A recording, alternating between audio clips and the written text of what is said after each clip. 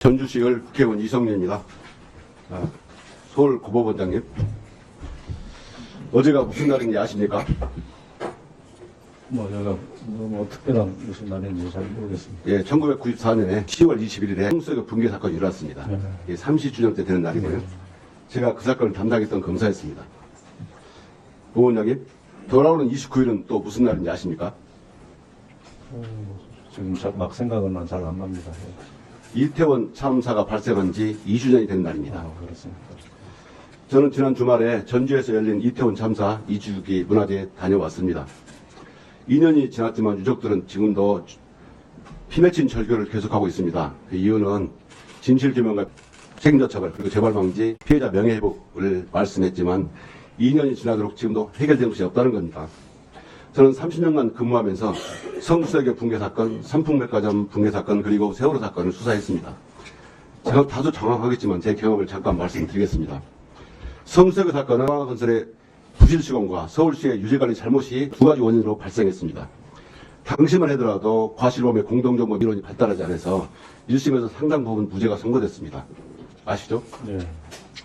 그 후에 240일이 지난 후에 6월 29일 날 530명이 사망한 삼풍백화점 붕괴 사건이 일어났습니다. 정말 이래서는 안 된다는 사회적 요구가 정말 빗발쳤고 해외에서조차 정말 한국이 조롱거리가 됐습니다. 정말 철저한 진상규명, 책임자 처벌 이런 시민들의 요구가 빗발쳤습니다.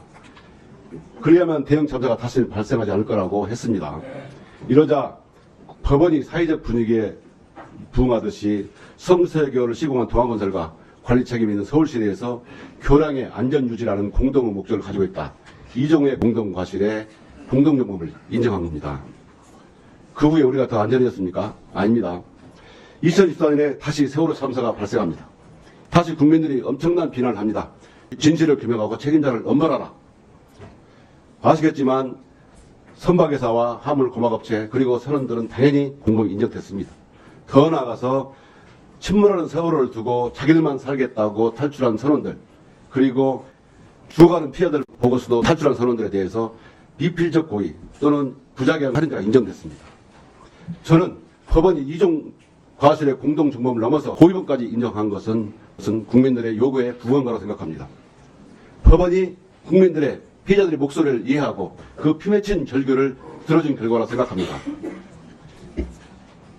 이래서 법원이 더디지만 전향적이고 적극적인 법의 해석을 통해서 안전한 사회를 만드는데 일정 부분 기여했다고 생각합니다. 동의하십니까? 예. 지금은 어떻습니까? 바로 2년 전에 이태원에서 엄청난 참사가 발생했습니다. 그런데 며칠 전에 법원은 또다시 무죄를 선고해서 유가족을 절망하게 만들었습니다. 진실을 규명해야 할 국가는 없고 누구나 책임지는 사람이 없습니다. 정작 책임져야 할 사람들은 법 뒤에 숨고 대롱으로 하늘을 보듯이 좁은 법 해석만 법원은 고집하고 있습니다. 하이직에만 책임을 지웁니다. 그러니까 피해자들로부터 이게 나라냐 이런 절규가 나오는 거 아니겠습니까? 심지어 처벌받지 않은 사람들은 마치 무죄라도 확신했는지 망언을 쏴내고 우리 사회를 어지럽히고 있습니다. 법원은 이태원 참사 판결을 통해서 국민의 생명과 재산을 지키는 것이 국가와 공직자의 책임이고 이 책임이라는 사실을 선언하는 기회를 놓쳐버렸습니다. 지금까지 30년간 법원이 적극적인 법 해석을 통해서 이 사회의 안전을 위해서 기여했던 것은 사글이 무너졌습니다. 이 무도하고 생명에 대한 존중이 1도 없는 윤석열 검찰 정권에 법원이 일조하게 된 겁니다. 그래서 피해자들이 절규하고 이게 나라냐라고 소리지르게 됐습니다. 우리 유가족들이 바라는 것은 별거 없습니다. 사건의 진실규명 그리고 책임자 처벌, 재발방지와 피해자 명예 회복입니다. 왜 그럴까요? 혹시 생각해 보셨습니까, 원장님? 국가기관과 정작 책임 있는 사람들이 책임을 지우지 않으면 그것이 나쁜 선례가 돼서 계속 이런 참사가 일어나는 겁니다. 제가 30년간 대형 참사의 예를 들어준 거 바로 이런 나쁜 선례가 만들어지기 때문입니다.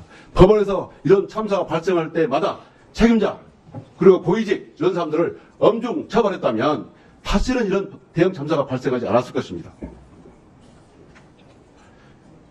자, 이태원 참사에 이런 말이 있습니다. 막을 수 있었다. 그러나 국가는 없었다. 원장님 이 메시지 보신 적 있습니까? 예. 세월호 참사 때에도, 삼풍백화점 붕괴 사건 때에도, 이태원 참사 때에도 똑같은 말이 나옵니다. 정말 진실규명, 피해자 처벌, 그리고 명예회복. 다시는 죄 없고 애먼 국민만 이렇게 절규하지 않도록 유가족과 피해자의 피 맺힌 절규에 귀를 기울여 주십시오. 원장님. 자, 누차 말씀드리지만 책임 있는 자들이 그에 대한 합당한 책임을 지지 않고 처벌받지 않는다면 참사는 다시 계속 발생할 수밖에 없습니다. 다시 한번 보시겠습니다. 우리 피해자들이 이렇게 합니다. 법원의 사명이 뭐냐? 법원이 다시는 이런 국가와 공공기관 그리고 책임자들의 처벌을 하지 않는다면 이런 나쁜 사례를 계속 만들어지고 대형 참사에 법원이 협조하는 결과가 된다. 이걸 막아야만이 우리 국민들이 법원에게 준 막중한 사명이나 법원의 역할을 하고 주장하고 있습니다. 네. 유가족 여러분들께의 그 애통하고 비통한 마음을 법원이 어루만져줘야 되는데 아마 1심 재판부에서 법리와 증거에 따라 재판하다 보니 유가족들한테는 좀 섭섭한 그런 재판 결과가 있지 않았나 생각을 하다 봅니다. 아마 곧 또 항소돼서 또 재판이 또 있을 텐데 그런 모든 걸 헤아려서 공정한 재판을 하지 않을까 그렇게 기대합니다.